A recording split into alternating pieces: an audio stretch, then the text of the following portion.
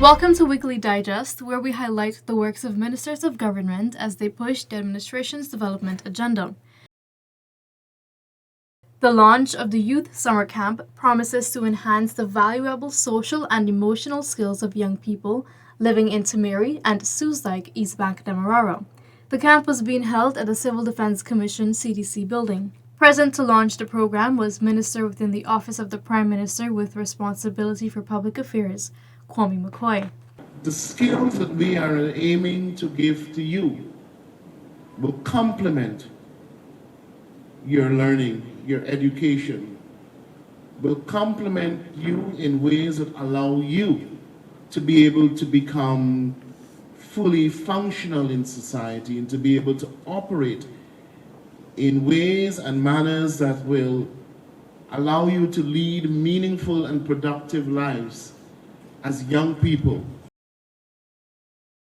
Over 200 farmers and agro-processors, including women and youths, will now have the opportunity to increase the value and extend the shelf life of their agricultural produce following the commissioning of a $14.3 million state-of-the-art dehydrating facility at Plantation Hope Estate, East Coast, Demerara.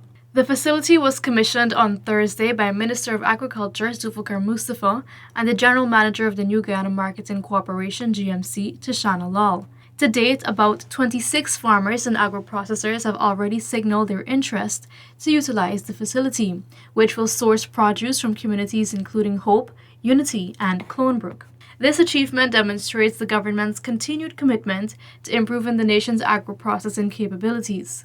Projects like these are projects that are geared to enhance the farmer's income. We want to make it very productive once again. Because when you talk about Hope, everybody relate this to Hope Coconut Estate, only coconut doing here. So we want to go into various crops.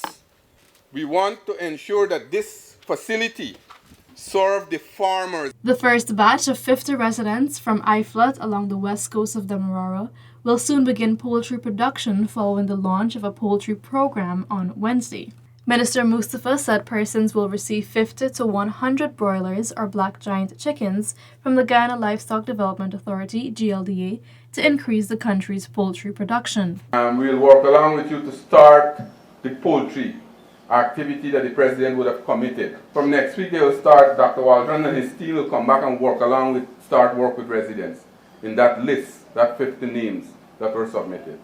So before, not long from now, we can finish the entire group and work along with that entire group so that we can have a solid group of people here producing poultry at a cheap cost so that we can do that in the community.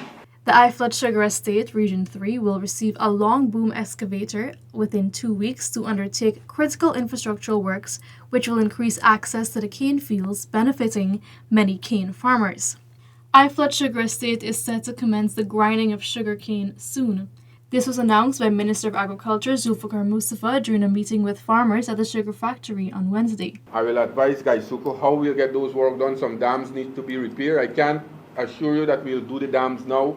We can put it in our budget for next year.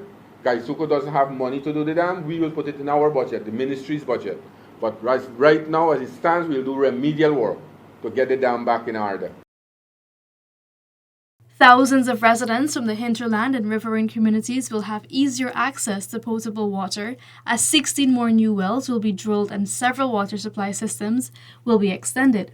The wells and water supply systems will be constructed and upgraded in Regions 1, 2, 7, 8, and 9 through a $600 million investment. These works are expected to be completed by the end of 2024. So this year alone, we have completed over 20 well systems. This is to ensure that we advance the water distribution to have a 100% access by 2025. So it therefore means the areas that we do not have access to potable waters yet will be on as a priority for 2025. As I speak, by the time we're finished with 2024, Region 1 will be at 92%. Region 7 is expected to be at 92%. Region 8, 95%. Region 9, 97%.